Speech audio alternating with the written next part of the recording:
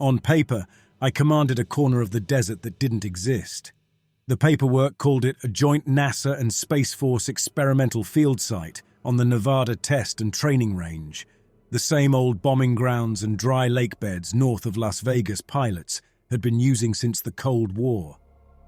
On the briefing slides, it was a grey box with an alphanumeric code, a couple of arrows, and a cartoon satellite smiling down. In classified orders from Colorado, where Space Operations Command ran everything that left the atmosphere, it had a different name entirely, First Access Point. In the hangar, we just called it the Gate. I walked out of the hardened bay that housed our improvised control center, past a pair of security airmen pretending not to watch me go. Night shift. My favorite and my curse. You felt the chain of command more clearly at night, when your real company was banks of status lights and a handful of people too tired to pretend they weren't worried. I cut across the service lane toward the covered platform that overlooked the lakebed. The Nevada test and training range lay invisible in the dark, all its weapon ranges and flight corridors folded under the night. Out there, beyond the edge of floodlights and the old runways that had never officially existed, hung the thing they'd pointed me at for the last few months of my career. The gate floated over the cracked mud like someone had cut a house-shaped hole straight through reality. A black pane framed in scaffolding, held up by steel towers bolted into the lakebed and braced by cables. The structure around it belonged to us, cranes, emitters, antenna masts, all stamped with contract numbers and stickers from aerospace companies that knew how to keep secrets. The pane itself answered to nothing I could put on a sign. The metal had grown around an intruder. One bright afternoon, 6 months earlier, the first appearance had shimmered over the dry lake for less than a minute, like a mirage. Then it came back during a training flight and held. A test pilot tried to fly around it, misjudged the distance, clipped the edge. His aircraft vanished from our world and reappeared on the other side. I'd only seen that on replay. What mattered to me were the parts that kept happening. The other side was another Nevada. Same cracked lake bed, same hills, same distant glow on the horizon where Las Vegas sat. We learned that from drone pilots. I paused at the top of the stairs to the platform. Down on the lake bed, crews finished checks on the scaffold around the gate. They moved like figures on a scale model. Under canvas stretched over steel poles to my left, consoles and racks formed our forward observation deck. A young space operations captain leaned over a tablet, coordinating with the main control room inside. NASA analysts clustered nearby, lanyards and color-coded badges hanging like they'd taken a wrong turn out of a conference and ended up at the edge of something new and dangerous. Alan Murphy stood in the middle of them, hands thrust into the pockets of his fleece jacket, shoulders tight. Murphy was the senior NASA physicist on site, responsible for the math that said the gate stayed stable long enough to risk anything at all. Mid-50s, thin, with the academic stoop that came from years bent over whiteboards. He looked comfortable with abstract risk and terrified of practical versions. He spotted me, gave a small nod, and walked over. "Colonel," he began. "Tell me you've got good news," I said. That was my standard opener with him. It never worked, but routine kept people steady. "The field is stable within the tolerances we agreed," he went on. "But the far side conditions are getting stranger." "Stranger how?" He tilted his head toward the dark pane. "High-altitude scattering patterns. The last 4 drone runs recorded concentration bands above the mirror range that don't match seasonal expectations. The radar returns look like fixed structures, almost like ridges, but in the air." "Murphy," I cut in, "this is the part where you give me reasons to move forward, not fresh reasons to stop. We have reasons to move forward." For once, his voice carried some excitement. "We also have reasons to be careful. Those bands responded when we pushed a drone up into them. We lost it." I'd watched that too. A small quadcopter, hardly more than a toy, sent through the gate into bright mirror Nevada daylight. Its camera caught thin white lines high overhead, contrail remnants stretched into long streaks. As it climbed, those streaks drew together as if pulled. Telemetry went sideways, unexplained lateral forces spinning outside any turbulence model. The last frame showed something white and braided closing across the lens. "We lose drones all the time," I said. "What matters is what we gain." He looked like he wanted to lecture me on the difference between random turbulence and a structured response in the upper atmosphere. Instead, he let it go. We both knew which arguments could be won. I left him on the platform and went back into the hangar to take my call. The control center had been a weapons maintenance bay before the refit. They'd built a raised floor for cables, bolted consoles in 2 rows facing wall screens, and squeezed a glassed-in office against the back wall for me.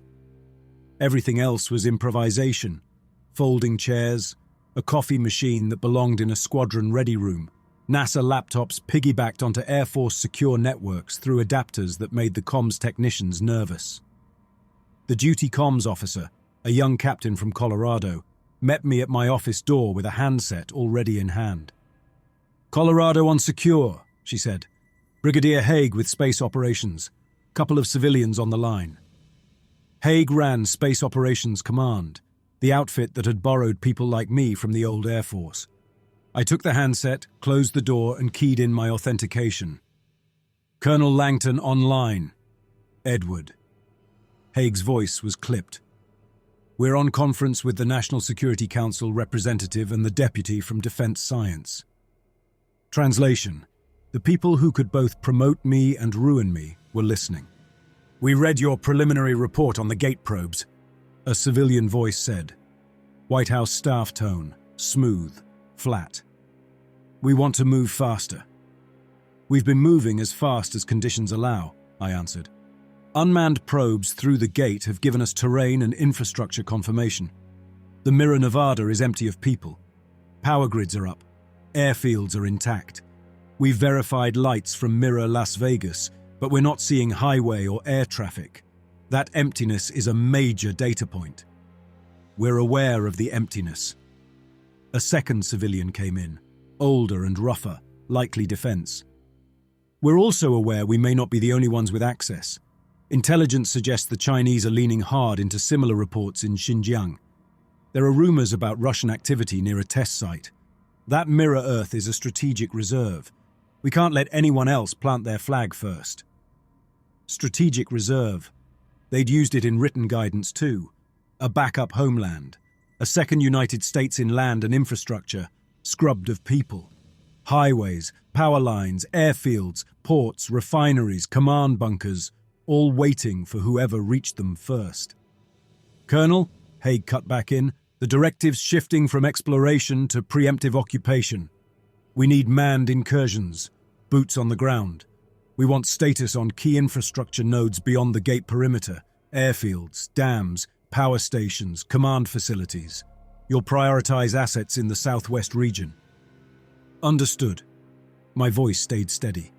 Inside, subordinate concerns lined up. Lost probes, strange upper air anomalies, a whole population gone without visible damage to their systems. Murthy would argue to slow down. My job sat between him and men like Haig, who thought in theaters and decades. "Rules of engagement?" I asked. That part mattered most to the people I had to send. "Do not fire unless fired upon," the defense man said. "Assume no indigenous human authority for now. If you encounter another nation's personnel, record. Avoid engagement if possible. Report. Your primary objective is to secure and mark critical sites for future occupation. We want a list to move on when policy catches up with reality." They talked a few more minutes about funding lines and cover stories. Publicly, the gate would be a deep space telemetry project. Fine. Let the rest of the Air Force think we were staring at distant asteroids while we walked around an empty twin of Las Vegas. When the call ended, I stood alone in my glass box, looking at my own reflection in the dark outside. The glass didn't show the gate from here, but I knew where it hovered over the cracked lake bed. Orders from above were clear: shift from machines to men. I gathered Murphy and the operations staff in the central briefing space. They pulled chairs around a rolling whiteboard. NASA analysts jotted on tablets. Senior non-commissioned officers lined the back, arms folded, waiting to hear what I'd ask their people to do. "We have clearance for a manned mission," I said. No ceremony. "Limited scout. One team, short duration, stay within visual range of the gate. They confirm baseline conditions, then we plan a larger push toward Las Vegas and other nodes." Murphy rubbed his forehead. "Colonel, we haven't finished modeling far-side atmospheric behavior. The contrail structures above Mirror, Nevada respond to our drones and to the gate field. That implies an organized process in their upper sky. We should take more time." "We'll take every minute we can," I said. "We just happen to be taking it with people out there instead of just drones.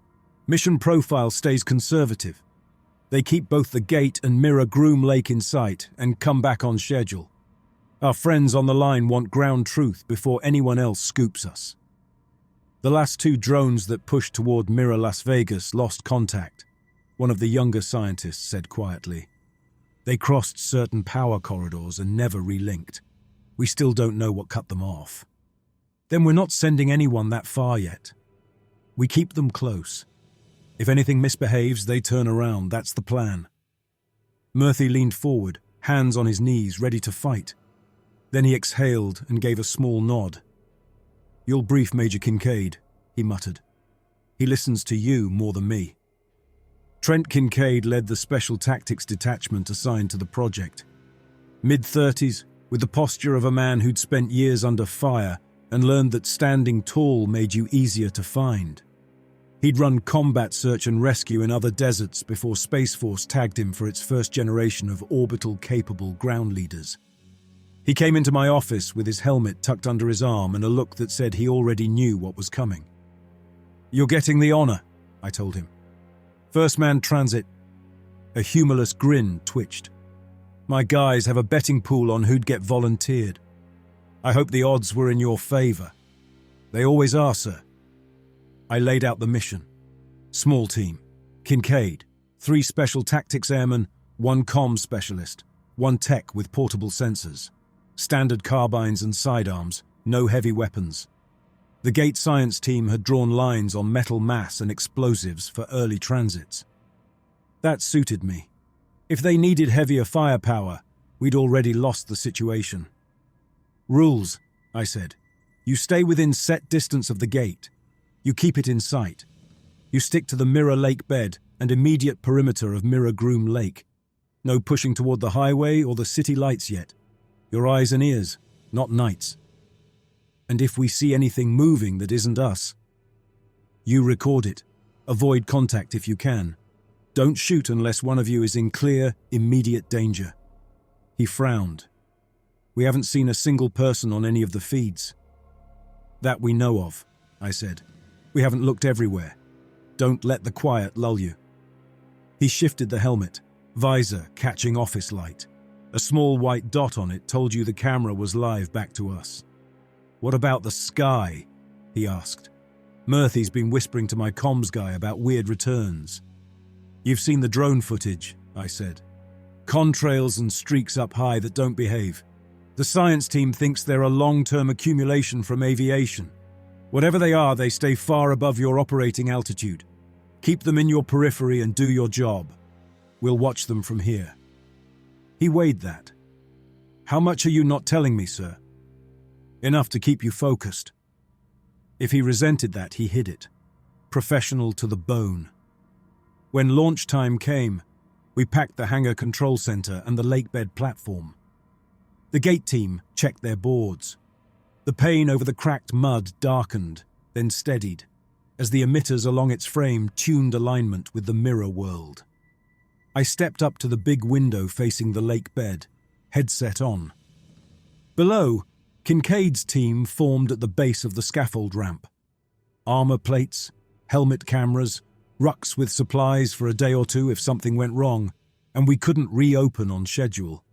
Safety harnesses clipped them to guidelines bolted along the ramp and scaffold.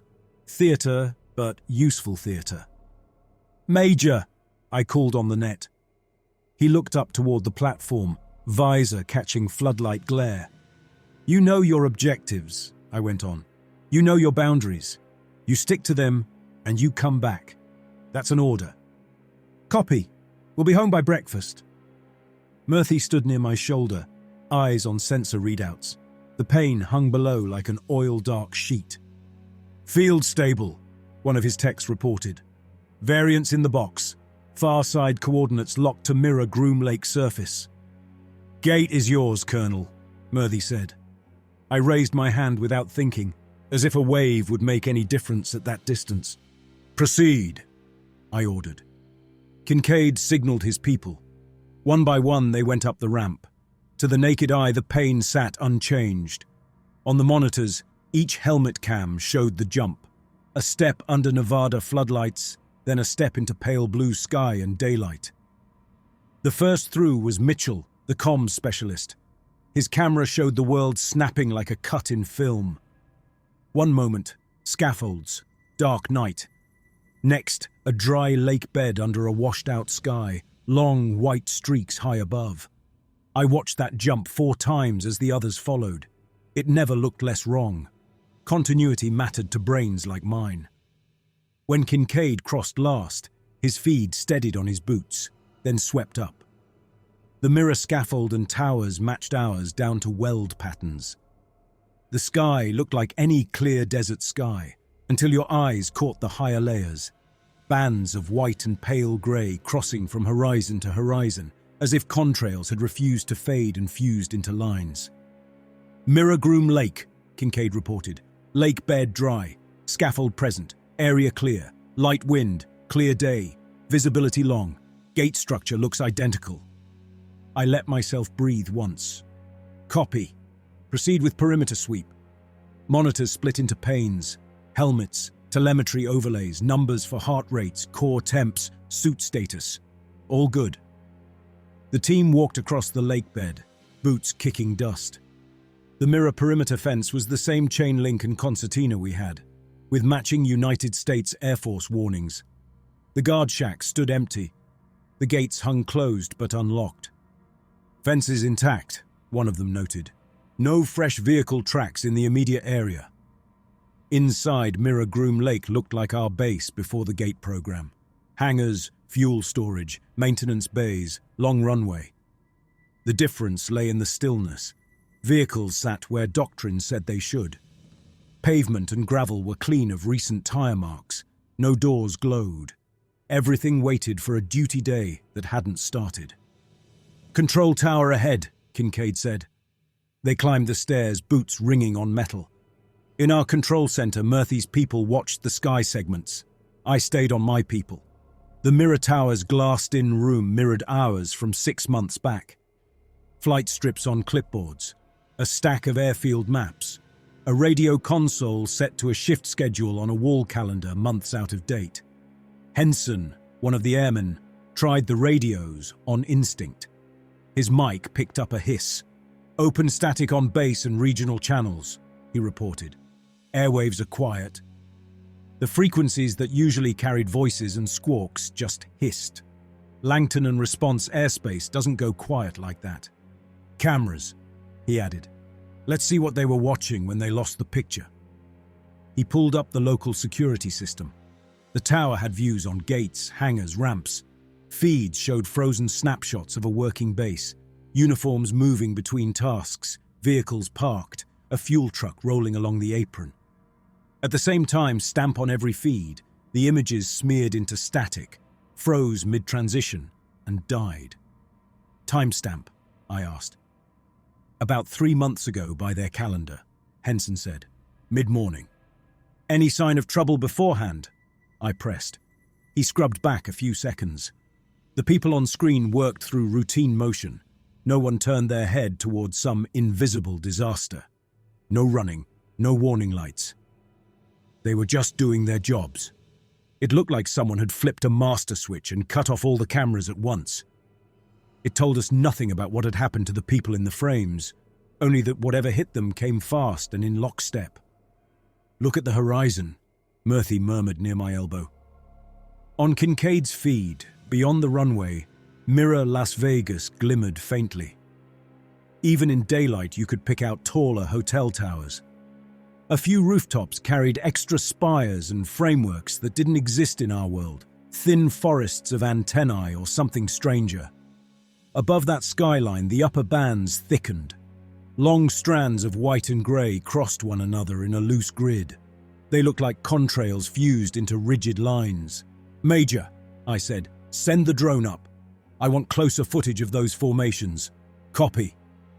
On the tower roof, they unpacked the small quadcopter, checked its batteries, and launched.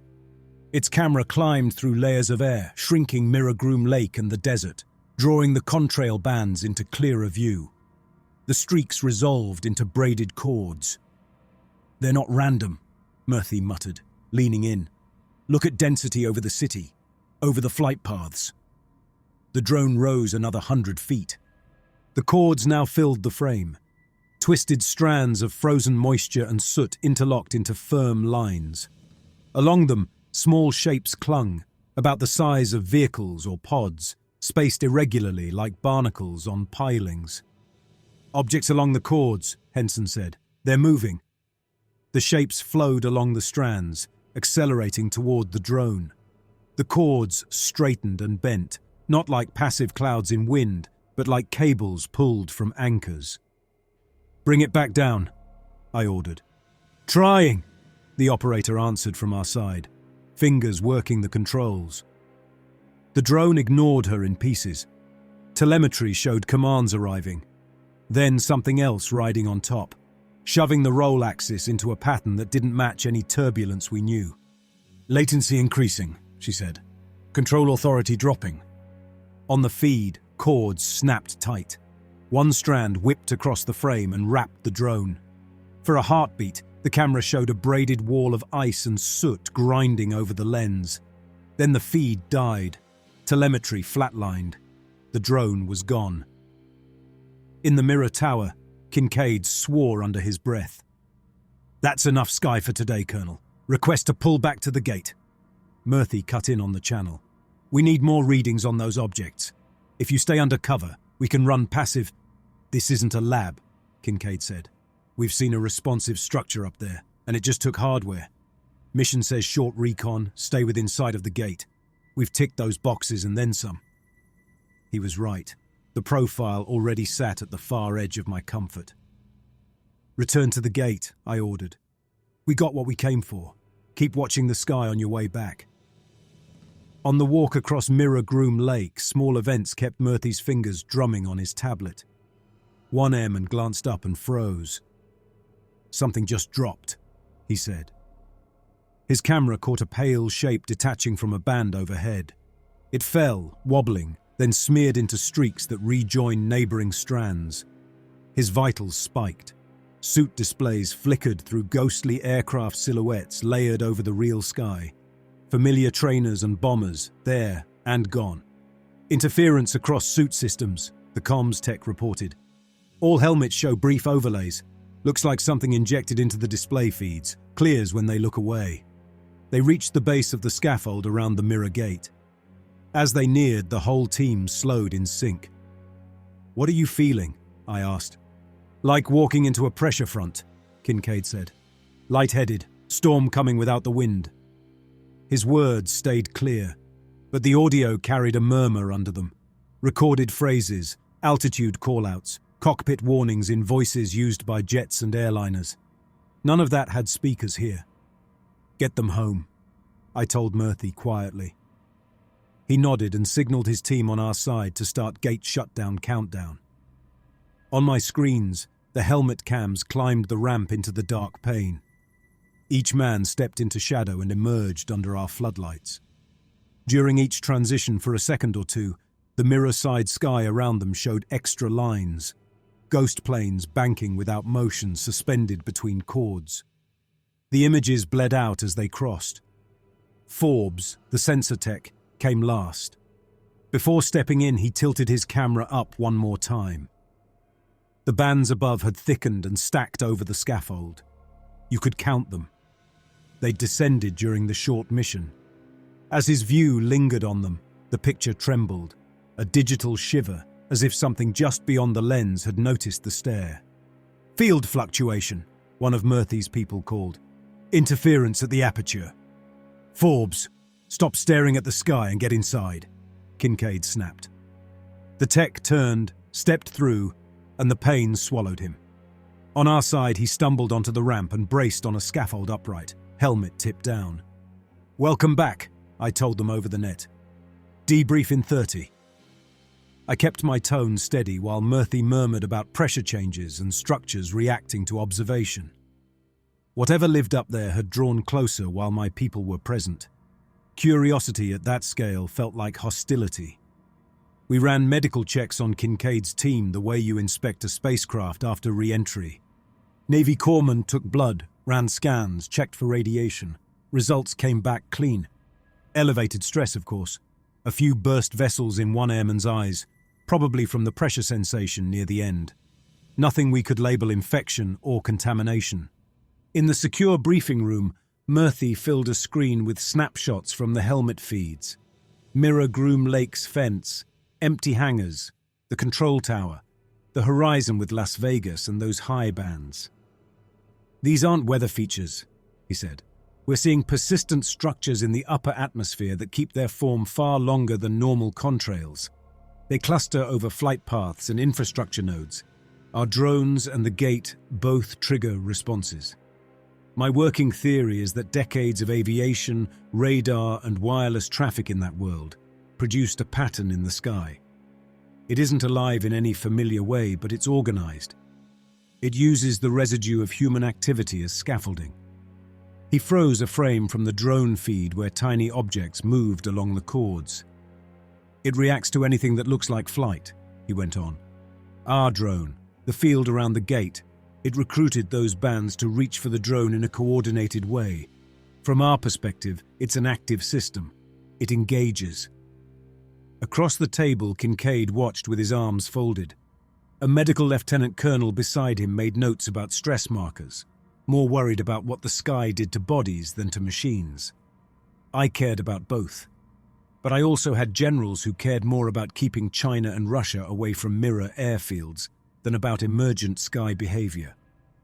"Operational terms," I told Murthy. "If my people stayed on the ground near Mirror Groom Lake for another day, would that automatically draw this thing down on top of them, or does risk depend on specific triggers?" "We watched the bands descend during their brief stay," he said. "They reacted strongly to the drone. We saw interference when the team approached the gate.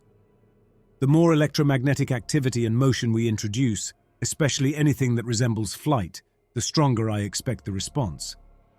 So if we stick to ground vehicles, keep emissions modest, and avoid flying into that sky, we buy ourselves some time."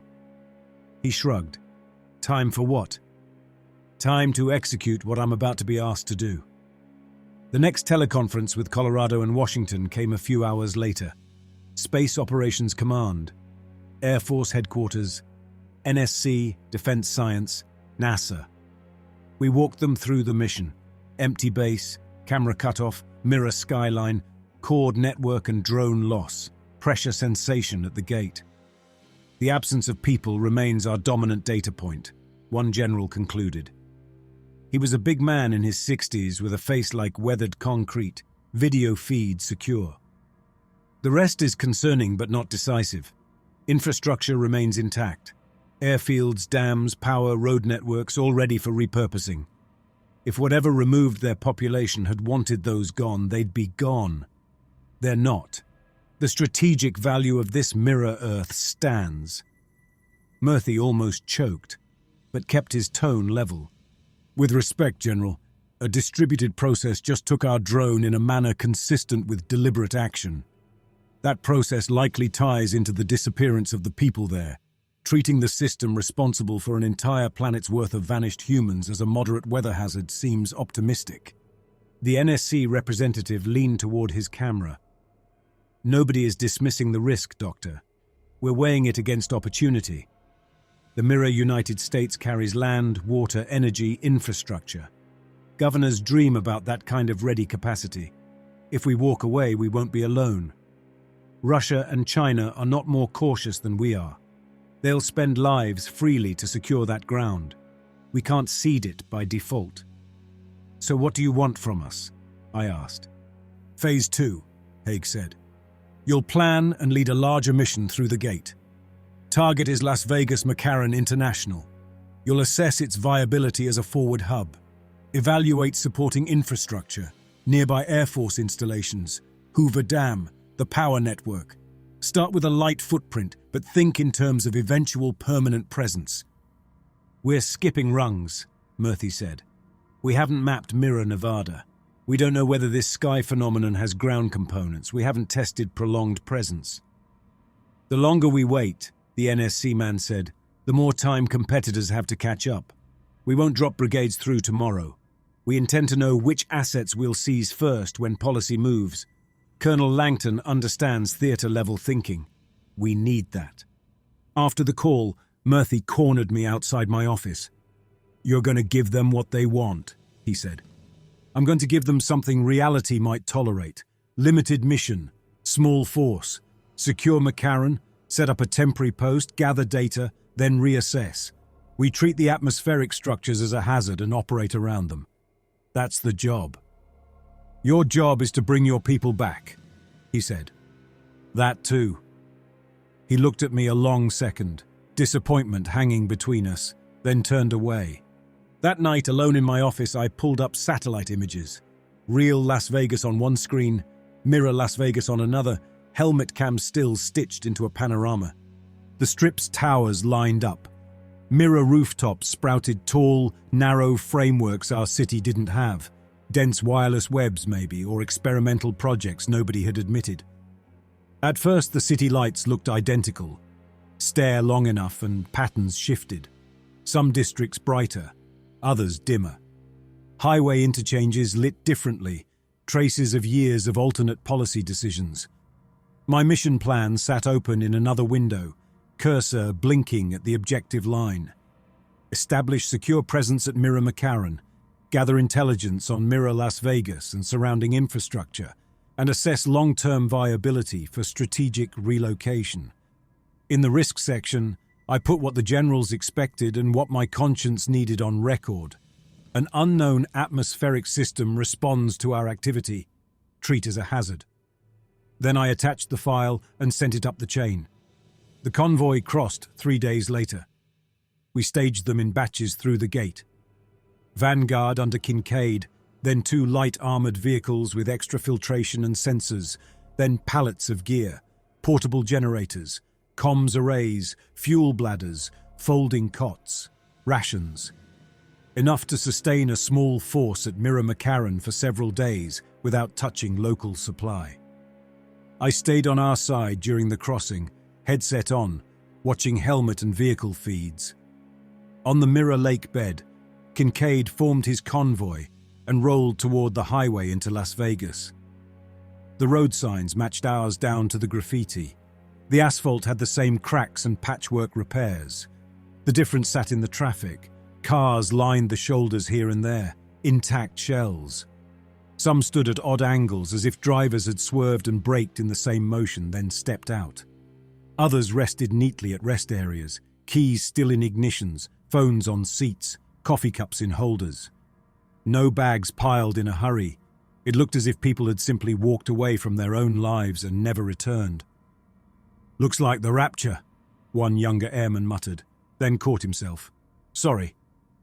"Keep your focus," Kincaid told him. Traffic lights at the next intersection cycled for empty lanes. Red, green, amber, back to red. The timing scripts still ran. Contrail bands thickened over the horizon as they neared Las Vegas. To naked eyes, they were streaks. The helmets showed a structured pattern above the city and the approach corridor into McCarran. They crested a hill and saw the Mirror City. Hotel towers rose in familiar clusters. Giant video screens on casino walls played advertisements to nobody. Digital fountains ran choreographed displays for no crowd at all. The giant observation wheel turned steadily without riders. Systems that ran on timers and scripts kept their show. McCarran lay beyond, squat and utilitarian. Same terminals, Same parking structures, same runways. They rolled through an open gate onto the perimeter road, past a guard post with barriers still deployed. The glass in the windows was unbroken. A half-finished crossword sat on the counter. In the main concourse, they set up our temporary command post. They chose a central gate with good sight lines, dragged chairs into barriers, ran power cables over the floor, set up tables for comms. The airport grid accepted generator input without complaint. Lights brightened, monitors woke, departure boards booted and settled on lists of flights. "Some of these carriers never existed for us," the comms specialist said, pointing at the screen.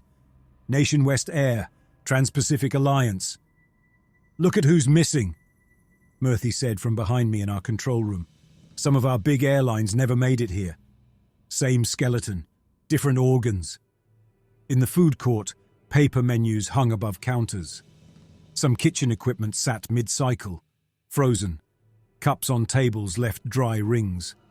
A stroller waited near a gate doorway, empty. Exploration teams moved out in an organized pattern. One documented luggage carousel still turning, another checked security lanes, where bins sat stacked and metal detectors stood ready. A third went out to the tarmac. Their helmet cams showed rows of parked airliners. Some wore familiar liveries with altered logos. Others carried brands with no counterpart. A few had wing lines we'd never built, blended shapes with smooth arcs and engines perched in odd curves. "Power cart still connected," an airman reported. "External generators feeding ground power, refueling hoses in place. Looks like pre-flight." "Any leaks?" I asked. "Negative. Pressure stable. Systems reading idle but healthy." Murthy muttered about how long these systems could run without maintenance. I let him. On the airport roof, the team assembled a larger reconnaissance drone, closer to a small aircraft than a toy. Fixed wings, robust camera package. We'd flown siblings over our own deserts for years. "Launching," the operator in our control center said. Its camera climbed away from Mirror McCarran. The airport shrank. The city sprawled. "Bands thickening above the airport," Murthy observed. "They were present earlier. Density's up." The drone leveled off below the altitude where we'd lost the last one. Even without climbing further, its presence drew attention. Several cords bent toward its path. Pods along them accelerated. Some detached and arced like thrown hooks. Control inputs lagged. "Bringing it down," the operator called. The drone dipped, but its nose dropped further than she commanded. Telemetry spiked in directions that didn't match any wind model. The craft lurched sideways. The camera tilted, and a cord slid past. Stratified exhaust and particulate, woven over years until it carried weight. A pod slammed onto the wing root, sensors flared. A sharp rise in static charge poured through that spot. "Cut power," I ordered. She tried. The drone ignored it. It rolled onto its back, dragged along the cords like a bead on a line. In another moment, it disappeared into higher layers. Feed lost. On the ground at Mirror McCarran, command post lights flickered twice, then steadied. In the gate control center, some of our own status boards blinked in sync. The timestamps matched. "The atmospheric structure just used the drone to try the gate," one of Murthy's analysts said. It reached along our own link. By the time the sun went down on Mirror Las Vegas, the teams had settled into a nervous routine. Watches on the roof, rotations in the concourses, motion sensors wired to entrances, generators throttled to half power to limit emissions. An hour after dark, a lookout on the roof called down. "Sir, you need to see this." Kincaid climbed up. His helmet cam showed the sky over the airport. The cords had descended. They now formed a set of nearly parallel lines over McCarran, like runways drawn in the air above the real ones. Their ends faded toward the horizon. Directly overhead they looked sharp and bright. As Kincaid watched, every airliner on the field lit its navigation lights in unison. Red and green along wings, white beacons on tails. Cabin windows flickered. Ground power carts deepened their hum. Several auxiliary power units rumbled up to low output, held steady, then shut down. No crews sat in those cockpits. My people were in the terminal or on the roof. The system had just run a coordinated self-test across the fleet without human input. "That's a pattern," Murphy whispered at my shoulder. "Sky organizing machinery." "Colonel," Kincaid said, "we're under something that just turned the field on by itself. Request to fall back to the gate sooner rather than later." I watched the cords above. Straight, bright, lined up over McCarran. The airliners blinked along with an unseen tempo.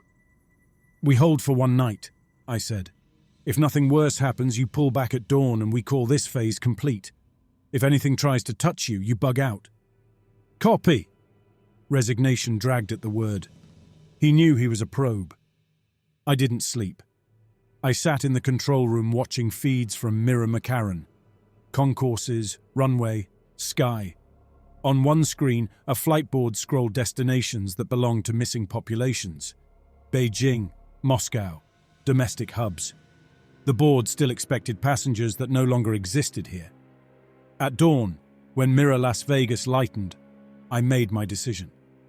I crossed. The gate field was set for personnel. I climbed the scaffold ramp in full kit, not because I expected armor to matter to the gate, but because optics mattered to the people I'd ordered into this. A colonel in plates and helmet signaled that he understood the stakes. Stepping into the pain remained the strangest sensation I've ever had. No shove, no heat, no flash of light.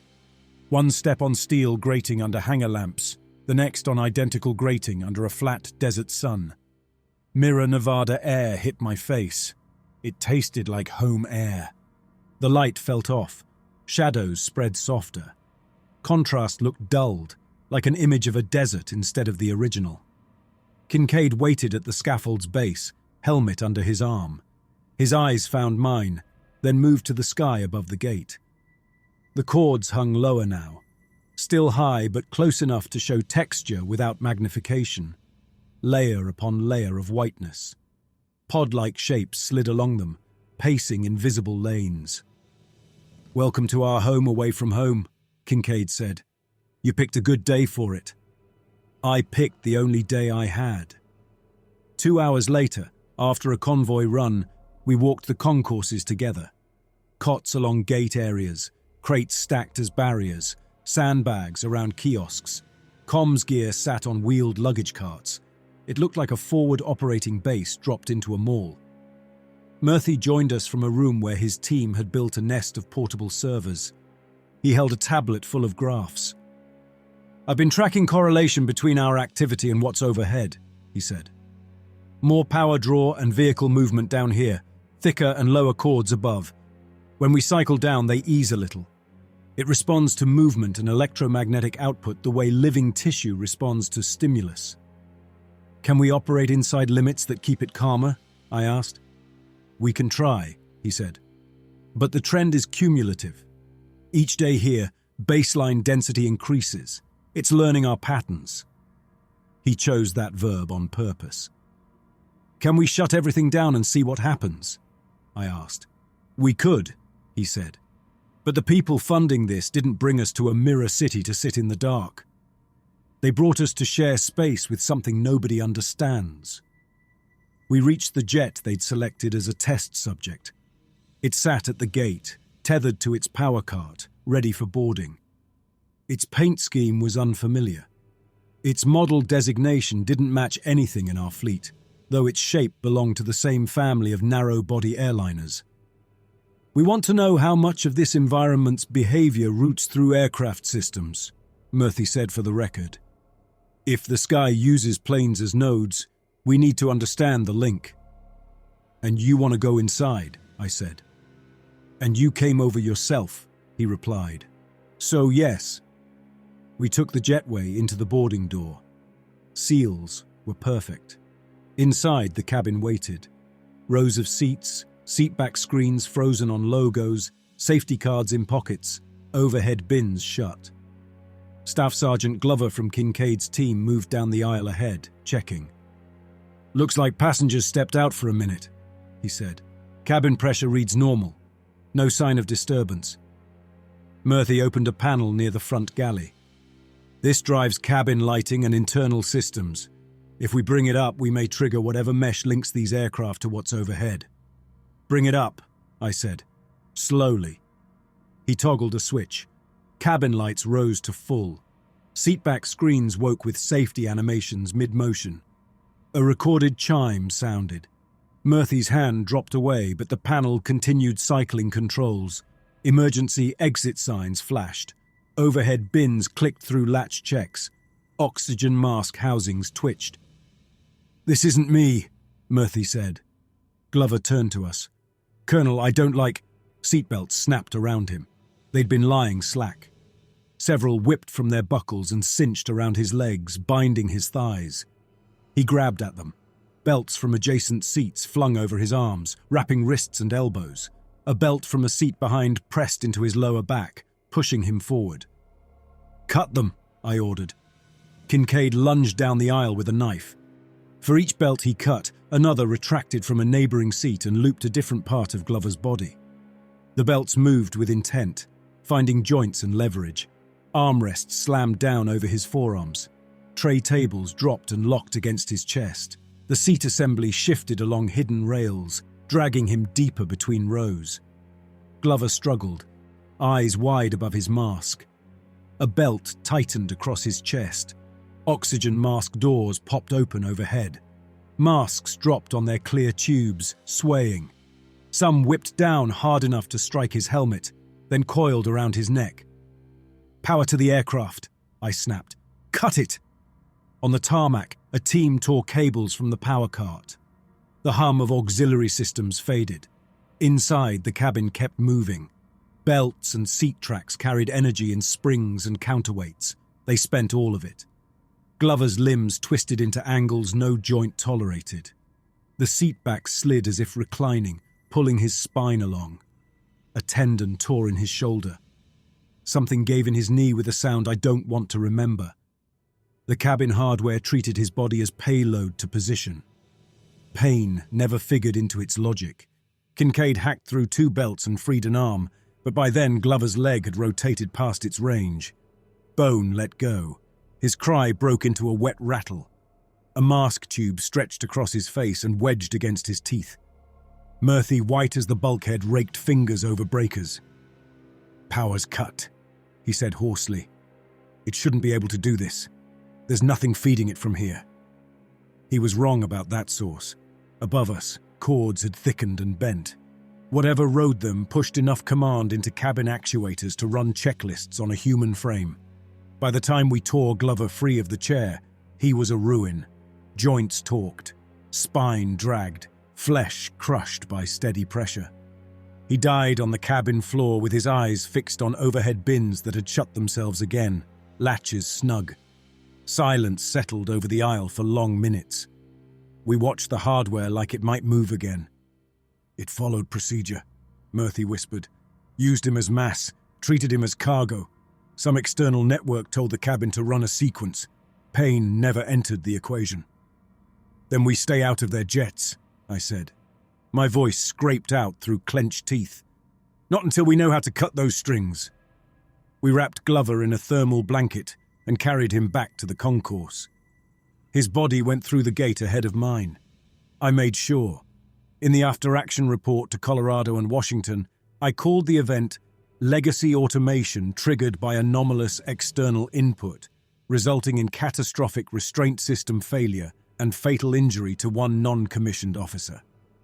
I wrote it that way because if I called it feeding, the conversation would turn into ghost stories. They'd either shutter us on panic or hand the gate to someone who thought artillery fixed everything. Or worse, they'd dismiss us as dramatists.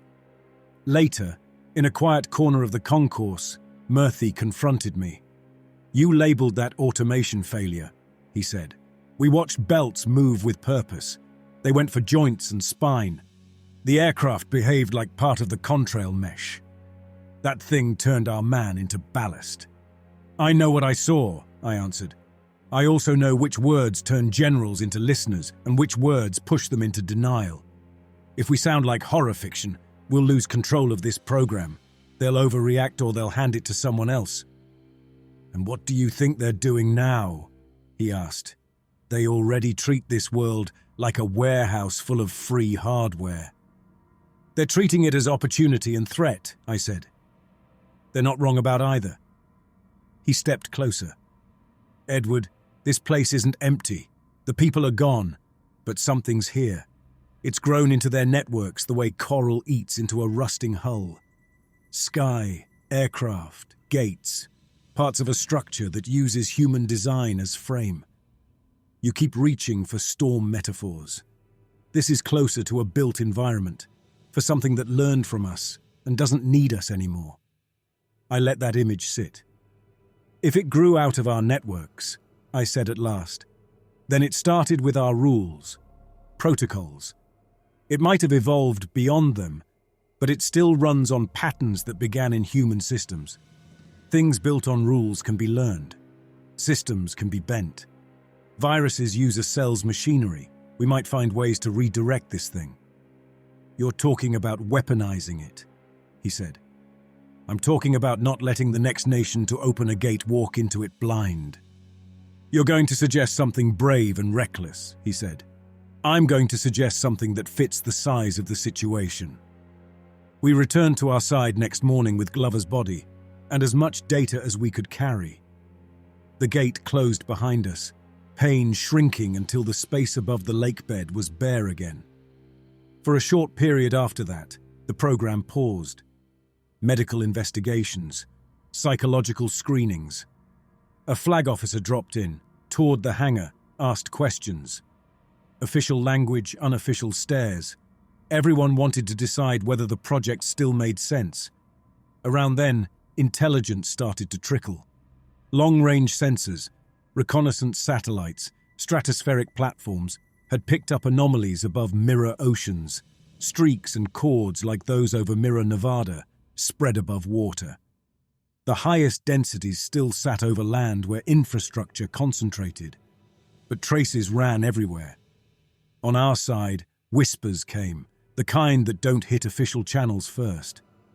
East Asia had seen clusters of flights with brief autopilot deviations, navigation insisting on small corrections before accepting manual override.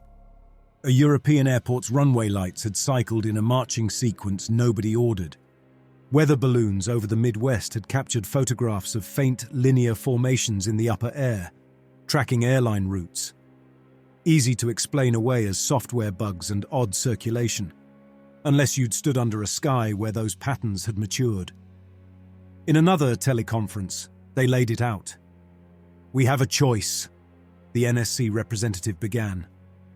We either declare the gate too dangerous, shut it down, and accept permanent ignorance, or we accept that the only way out is through.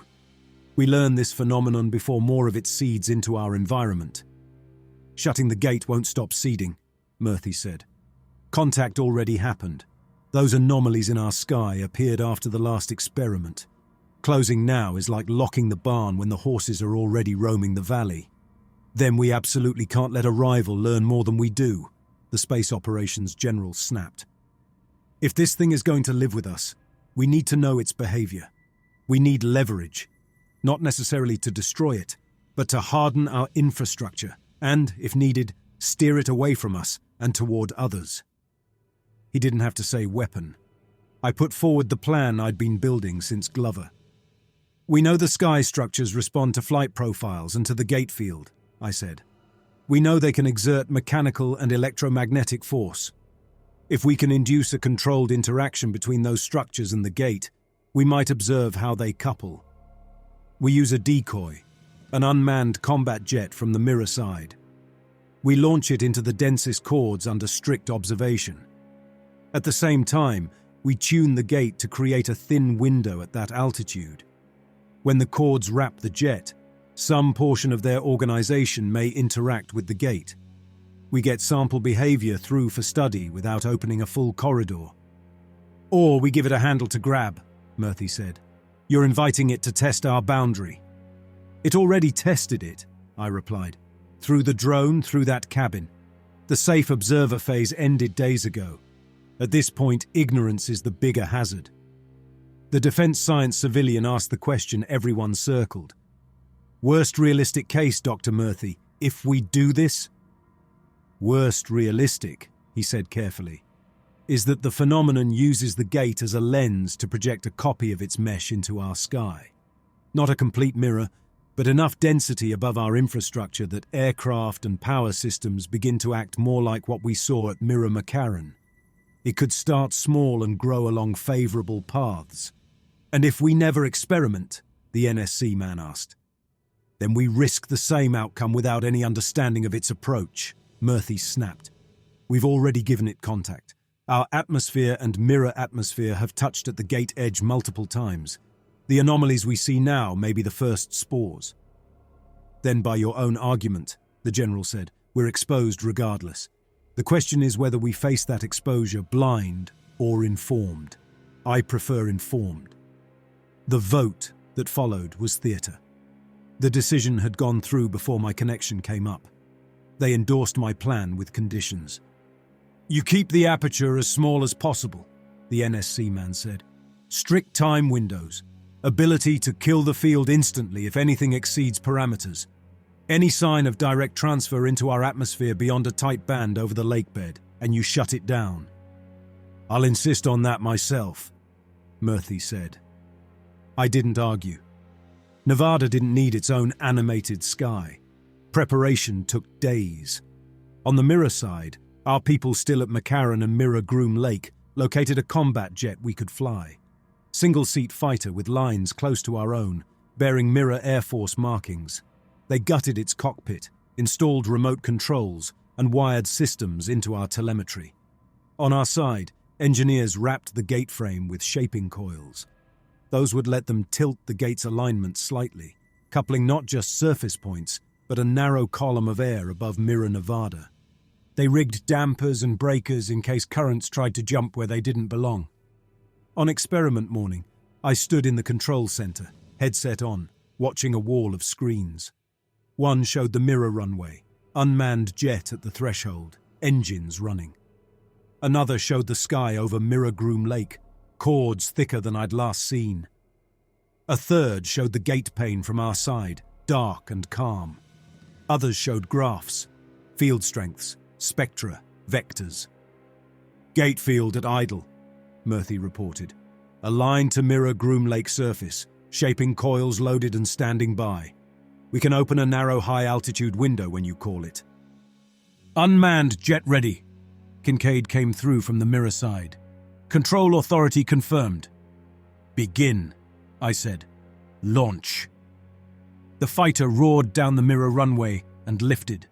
The cords overhead dipped in its direction before its wheels even left the ground. On the nose camera, the cords loomed like pillars. Pods along them shifted into its path. Climbing through lower band, the remote pilot in our control room said, hands resting on the control rig. Shaping coils go active, Murthy said. Opening window at target altitude in 3, 2, 1. Outside, the gate pane brightened around its edges. To bare eyes, it looked the same. Instruments showed a thin region of air above Mirror Groom Lake, now linked to a matching region above Nevada. For a second, through the hangar window, I caught something impossible. Our sky stayed its usual blue, but faint, like a reflection on tinted glass. Lines appeared over the lake bed, outlines of mirror cords superimposed.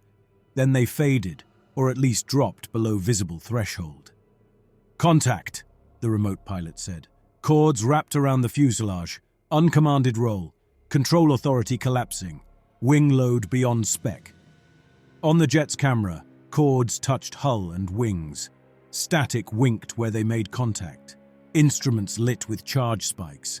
The cords tightened and bent the jet's path toward the region of air connected to the gate. They're using it as a conductor, Murthy breathed. Gate field shows inbound energy, a tech added. Modes off the chart. Frequency pattern doesn't match anything we've catalogued. Around the gate, coils flared. Power readings on their housings jumped. Lines of light crawled along metal edges. I heard a low buzz from stressed components even through the glass. How close to runaway? I asked. We're already outside prediction, Murthy replied. We either cut now and lose contact with the far side, or hold a fraction and watch while we try to throttle it. Throttle, I ordered. Don't cut yet. On the Mirror Lake bed, Kincaid's helmet cam caught vertical streaks dropping from overhead bands, stopping a few dozen feet above ground. They hovered over antenna masts, powered gear, anything tied by cable to gate hardware. It's tracing conductors, Murthy said, exploring structures, like roots in soil. In the hangar, overhead rails trembled. The heavy crane started rolling on its track with nobody at the controls. The suspended load swung, nearly smashing a rack of sensors. A blast door in the far wall slid toward closed on its own. 2 technicians scrambled. One cleared the threshold, the other fell. The door caught his leg before the emergency stop kicked in, crushing bone. Kill power to the doors, I said, even as medics sprinted. The door circuit's dead, an engineer replied, wide-eyed. It moved with everything off. That sentence tightened something in my chest. The phenomenon had its grip in mechanical systems we'd thought inert. On the mirror side, a temporary antenna near the gate scaffold bent under invisible pressure. Guy wires pulled taut. The vertical streak over it flickered lower. A portable generator next to it shuddered, casing bulging as internal parts fought each other. Shut down, Murthy said. Full closure. We've learned enough. Negative, I replied, trapped between instinct and orders. We still have people over there. We cut now and hope it forgets them. If we don't, those streaks will ride every cable and rail in this facility, he shot back. You saw what one cabin did. Scale that to a whole base. He was right. And the idea of abandoning Kincaid and his people under that sky sat like ground glass in my throat. I did what men at my rank always call compromise. Constrict the aperture, I ordered. Narrow it to minimum for transit. We run a short evacuation window. Key specialists and data first, then full shutdown. That leaves most soldiers on the far side, Murthy said. I know, do it. He hesitated, then turned to his team. The coils shifted. The pane narrowed like a door closing. On the Mirror Lake bed, Kincaid got the word. You have a few minutes, I told him on the net. Send through vital personnel and data. Then we close. You hold Mirror Groom Lake in case we reopen. He understood exactly what that meant. Understood. Resignation, not anger, carried in his voice. That made it worse. Evacuation through the constricted gate looked chaotic on screens. Figures ran up the scaffold with hard drives, cases, sample containers. Some dragged wounded. Each person had to angle just right to slip through the narrowed field. They stumbled onto our side with limbs briefly resisting, like they'd stepped through syrup, then snapping free. One officer took a grazing arc from a bright filament that lashed along a rail above the pane. When he landed at my feet, a burned pattern on his forearm resembled a fragment of the contrail grid. Time, Murthy called. Any longer and the field collapses on its own terms. Last man through, a NASA tech panted on the net. Kincaid's staying. Of course he was. Leaving before his people never figured into his wiring. That's why we send men like him. Gate shut down in 3, 2, 1. Murthy counted. The pane winked down to a thin line and vanished. The coils snapped once more, then went dark. The faint impression of cords overhead faded from sight, if they'd been visible at all. In the hangar, machines settled. The crane stopped. The door held. Lights steadied. Technicians crawled out from under whatever had tried to take swings at them. We counted dead and injured. Glover from the McCarran incident. The crushed tech here. Burns and fractures. It could have been far worse. That truth shared space with the fact that we'd left a group of our own under a sky that now knew them. In the months that followed, the hardware stayed at Groom Lake under heavy guard, but much of the program moved. They pulled me into a secure wing under Cheyenne Mountain, the old Cold War bunker carved into granite, now repurposed for network attacks, orbital rubble, and things like emergent skies. Debriefings ran long. Air Force investigators walked me through timelines, decisions, and protocol deviations. Intelligence people watched from the back. NASA leadership asked questions about impressions they'd never put the word feelings on. What I'd felt was that institutions treat disaster as data and horror as a line item. In one briefing, a Space Force general and a senior NASA administrator summarized the new pattern. Since the Nevada incident, the general said, we've tracked a slow rise in upper atmosphere anomalies, autopilot deviations, weather radar returns with linear features where no planes flew, coordinated lighting glitches at airports. Publicly, their software issues and sensor noise. The NASA administrator tapped a tablet, bringing up a world map traced with airline routes. When we overlay anomalies on global aviation, she said, they cluster along the heavy corridors, especially hubs. The sequence of outages and deviations looks like something probing edges, testing how systems respond. Fingers on piano keys.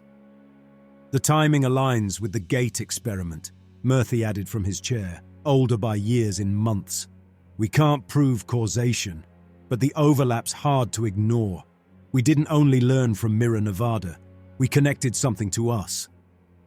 How far can this go? An intelligence officer asked. Worst case, not just most likely.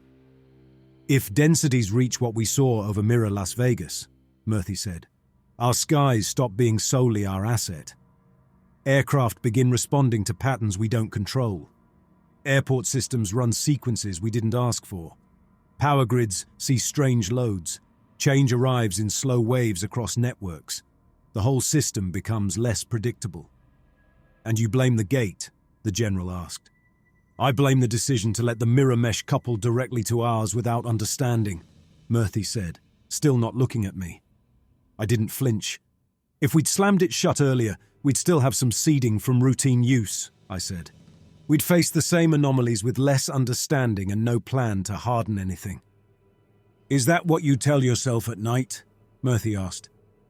It's what I tell myself when I look at the numbers, I said. You told me something would grow into our infrastructure whether we watched it or not. I chose to watch, and then I chose to cut the gate before it took more of us. I decided who came back. I also limited how much that thing could use our hardware on day one. He clenched his jaw and let it drop. Later, in a smaller office, a space operations brigadier slid a slim folder across the desk. The cover carried more classification stamps than my personnel file. You're not under formal censure, he said. Some people want you carrying the blame, but the record shows you followed guidance, took initiative, made hard calls, limited exposure. I left Kincaid and his people behind, I said. And you prevented a phenomenon from taking full control of your base, he replied. We'll argue for years about other possible outcomes. Right now, reality is that the program continues under deeper classification and bigger funding. We need someone who understands what it feels like under that sky. Someone who's watched those cords move. Someone who already traded pieces of himself for this mission. You want me to stay in? I said. He nodded. We're building a new directorate, Atmospheric Infrastructure Management. If anyone outside ever hears the phrase, they'll think climate and airports. It'll actually coordinate research into these anomalies, both mirror side and here. Offense and defense. We want you as senior operational advisor. You'll help design protocols for further gate work, further contact and countermeasures. And if I decline? He spread his hands. You retire. You become a colonel who once ran an experimental site. You die with the public version of all this because your non-disclosure agreements never expire. Someone else takes the slot. Probably someone who's never watched a man die with seatbelts doing the killing. He left the folder and gave me space. Inside lay a thicker document stamped with the new directorate's name. Preliminary concepts for managing emergent atmospheric structures. They'd already found their euphemism. Proposals ranged from practical to ambitious. Hardening airport networks against synchronized outages. Modified flight software to recognize and damp inputs matching gate patterns. Contrail injection schemes to steer the phenomenon away from certain corridors.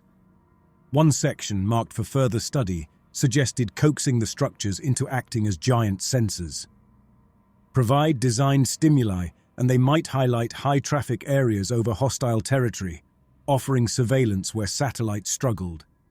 Risky, speculative, and certain to keep budgets healthy. At the back, a signature block waited under my printed name. Acceptance of assignment.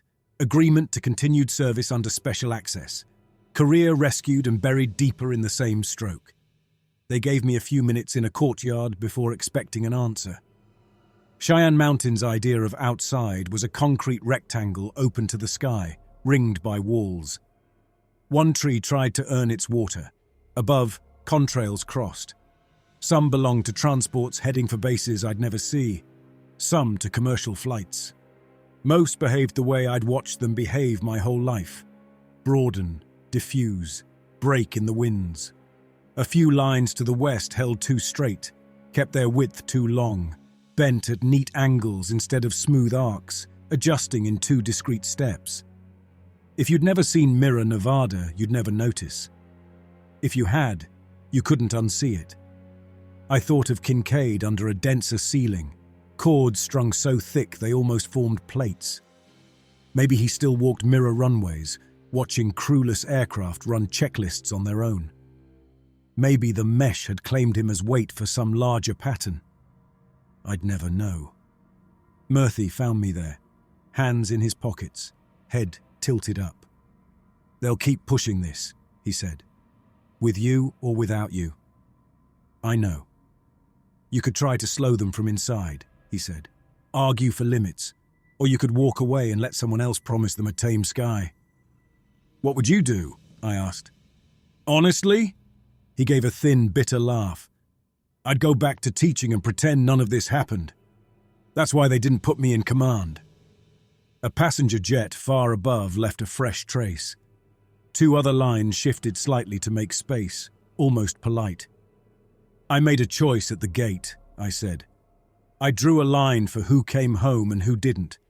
I cut exposure at a point that felt survivable. If I walk now, I hand that line to someone who's never had to draw it." Murphy studied me. "So you'll keep carrying it?" "I've been carrying it," I said. "Signing just puts ink under that fact." He nodded once in acknowledgement and went back inside. I returned to the office, took the pen, and signed. That night, on the narrow bed in my new quarters under the mountain, there was nothing to see above but concrete and rock. I still saw cords stretched from horizon to horizon over an empty world, and thinner copies threading into our own. In the morning, I'd start reading drafts and writing procedures, arguing in rooms about acceptable risks and unacceptable ones, listening to people talk calmly about turning a learned sky into a deterrent. I'd frame my choices as protection against my country's appetite. The sky would keep changing either way. Control now lived in smaller things, how honestly I named what I saw, and how much of that truth I could smuggle past blunt phrases on forms. Somewhere above the clouds, old contrails were developing new habits.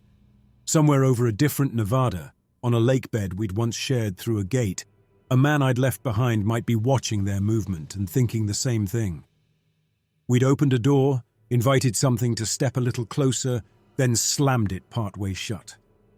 The mark of that contact would ride our aircraft, our cables, our grids, hidden in plain sight. The story didn't end with the gate closing. It ended with me deciding, in a quiet room, to spend the rest of a career managing a future where you look up and wonder how much of the pattern above you still belongs to you,